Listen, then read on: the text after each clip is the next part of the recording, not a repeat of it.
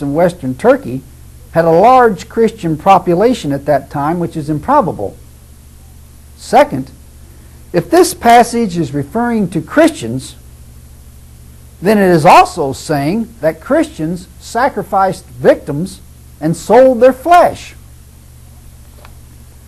Third, the passage proves nothing in regard to the existence of Jesus.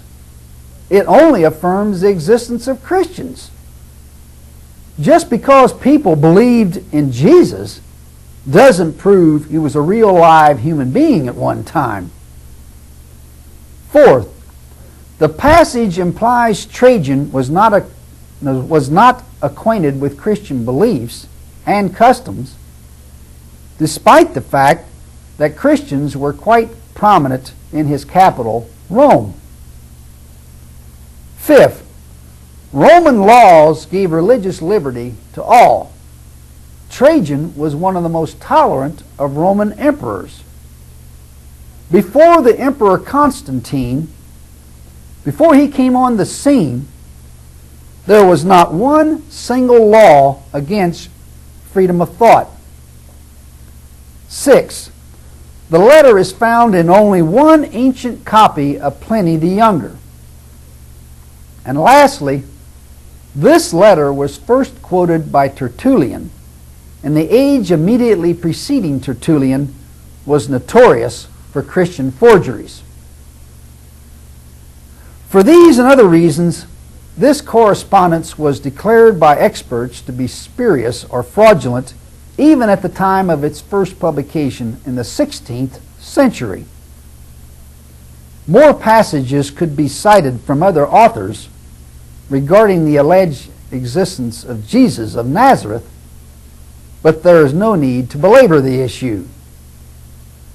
Additional sources from the Jewish Talmud, for example, could be quoted, but they are of even less importance. In light of the weaknesses in all these passages, one can understand why the apologist James Sire said on page 24 of his book entitled Scripture Twisting, the following, quote, "The Bible is the only source of any extensive knowledge about Jesus. References in other works are too scanty to be useful to one who wants to make Jesus an advocate of his or her philosophy." Unquote.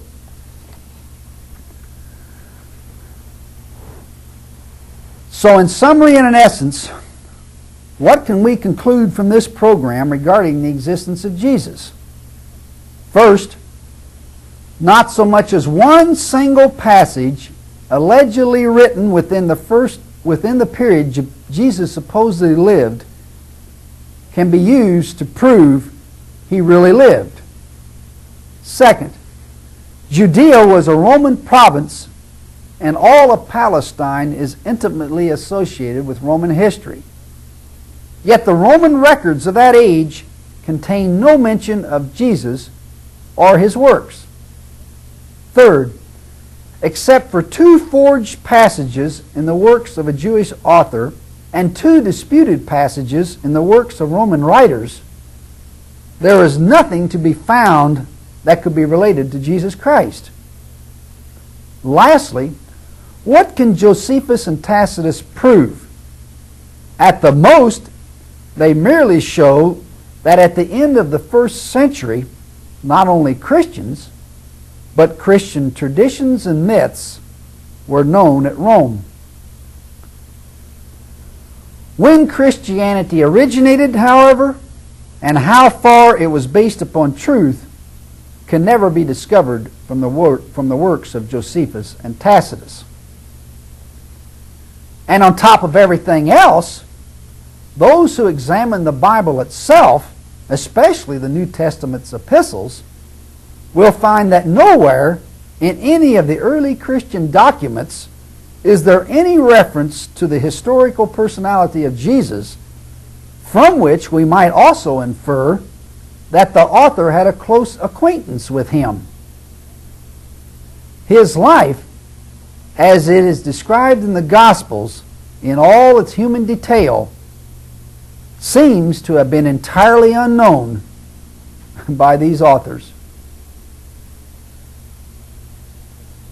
That completes our presentation, and please join us later for the 17th edition of Biblical Errancy Commentary, when we'll continue showing why the Bible is nothing more than the flawed composition of some fallible human beings.